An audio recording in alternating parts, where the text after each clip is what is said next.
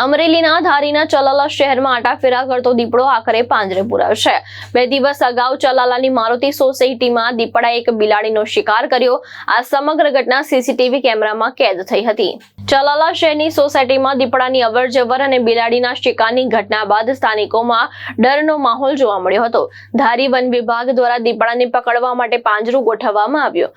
વહેલી સવારે દીપડો વન વિભાગ દ્વારા ગોઠવવામાં આવેલા પાંજરામાં પુરાયો હતો. દીપડો પાંજરે પુરાતા સ્થાનિકોએ રાહતનો શ્વાસ લીધો છે.